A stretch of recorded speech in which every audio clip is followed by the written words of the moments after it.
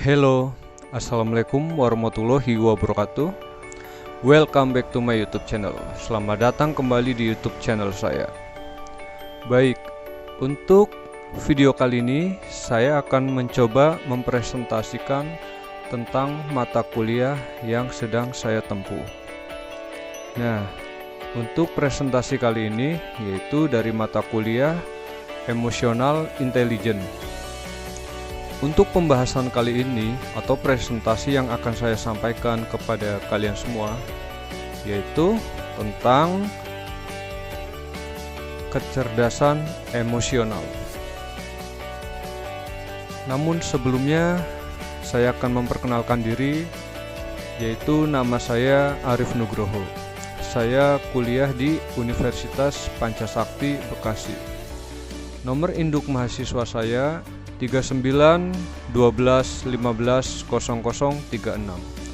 Saya kuliah di Universitas Pancasakti Bekasi, yaitu sekarang ini untuk semester 1 dan untuk program studi Sistem Informasi dalam jenjang atau dalam program S1 atau Sarjana Strata 1. Baik, untuk emotional intelligence dengan pembahasan ataupun dengan materi kecerdasan emosional.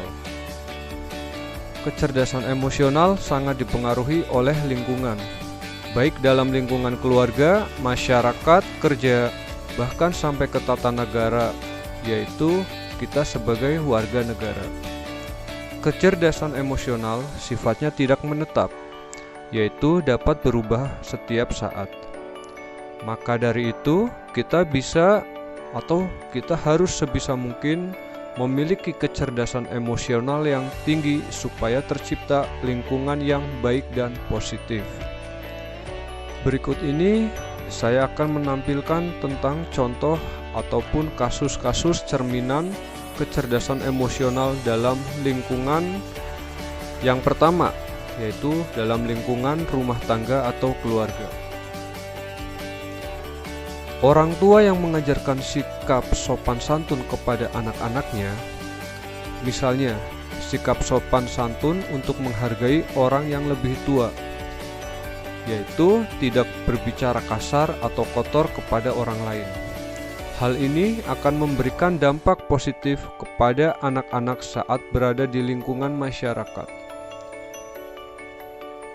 Yang contoh kedua, yaitu dalam hubungan rumah tangga, pertengkaran antara suami dan istri kerap kali terjadi. Hal ini bisa menjadi bumbu-bumbu keharmonisan rumah tangga, namun bisa saja menjadi malapetaka. Karena perbedaan pendapat, masalah ekonomi, faktor lingkungan sekitar, dan sebagainya, terkadang yang menjadikan itu semua menjadi masalahnya. Namun, jika kita bisa memiliki kecerdasan emosional yang tinggi, semua masalah yang ada di dalam rumah tangga setidaknya bisa teratasi dengan mudah. Contoh kecerdasan emosional yang harus dimiliki yaitu seperti harus ada yang mengalah satu sama lain.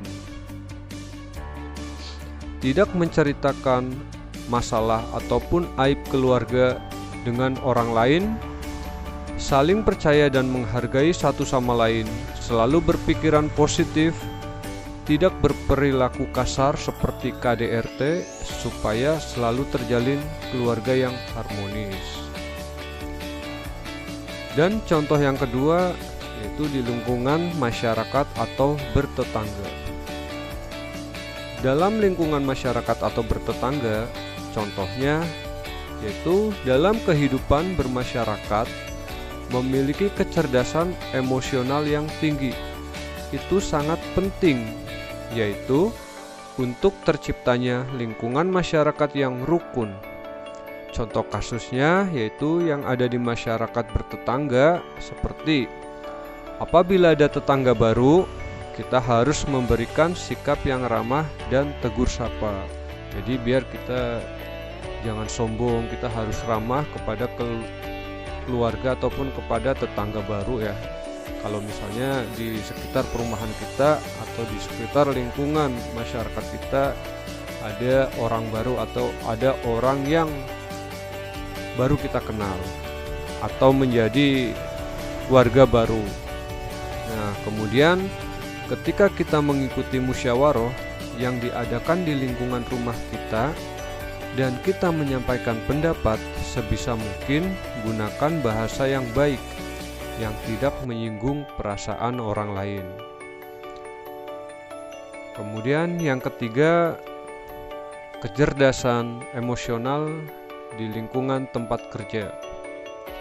Yaitu contohnya, apabila di dalam suatu lingkungan pekerjaan kita dipercaya menjadi seorang pimpinan atau seorang leader dari rekan-rekan kerja kita harus memiliki jiwa leadership yang selalu ditumbuhkan pada diri kita untuk meningkatkan hubungan kerja sama tim yang baik dan menciptakan kondisi lingkungan kerja yang nyaman. Karena dalam sebuah lingkungan kerja tentunya kenyamanan adalah yang paling utama atau hal yang paling diutamakan. Agar dalam bekerja juga kita bisa selalu semangat karena dengan adanya rasa nyaman. Dan contoh yang kedua yaitu sebagai pekerja yang baik, dalam bekerja tidak pernah mangkir dalam bekerja. Kita tidak pernah bolos seperti itu contohnya. Selalu mematuhi peraturan yang ada di tempat kerja.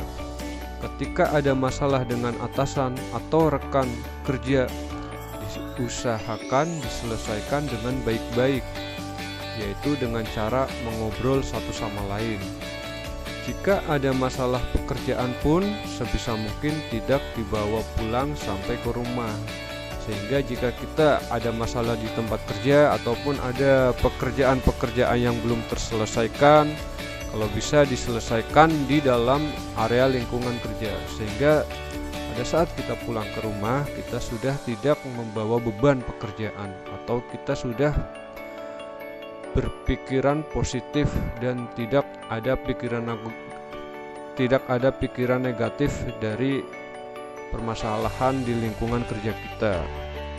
Nah, kemudian yang keempat yaitu kecerdasan emosional dalam lingkungan bernegara sebagai warga negara. Pada masa era digital ini, terkadang sosial media dijadikan sebagai alat untuk menyebar berita kebohongan. Maka dari itu, sebagai warga negara yang baik dan kita yang sedang belajar meningkatkan kecerdasan emosional, harus lebih bijak dalam menggunakan media sosial.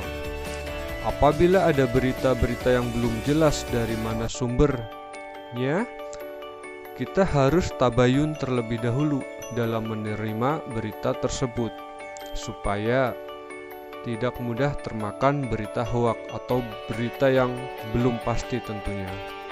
Jadi kita juga jangan sampai terprovokasi ya. Nah, contoh yang kedua yaitu kita sebagai mahasiswa yang menjunjung tinggi norma-norma dan taat hukum, tidak mudah terprovokasi saat menyampaikan aspirasi kepada pemerintah. Contohnya, pada saat menyampaikan aspirasi tidak ada sikap yang anarkis yang merugikan diri sendiri maupun lingkungan sekitar. Nah, jadi seperti itu beberapa contoh kecerdasan emosional yang ada di lingkungan sekitar kita. Nah, mungkin seperti itu ya untuk presentasi tentang kecerdasan emosional dari mata kuliah Emotional Intelligence. Untuk dosen pembimbing atau dosen pengampu dari Emotional Intelligence ini di kampus atau di Universitas Pancasakti Bekasi, yaitu dengan Ibu Agma Warnida, SPD, MSc. Terima kasih untuk kalian atau untuk kawan-kawan semua yang sudah mampir di video saya. Saya ucapkan terima kasih banyak dan saya mohon maaf apabila ada kekurangan ataupun ada beberapa hal yang mungkin kurang maksimal dalam video ini. Selebihnya saya ucapkan terima kasih. Wabillahi taufik wal hidayah. Wassalamualaikum warahmatullahi wabarakatuh. Terima kasih.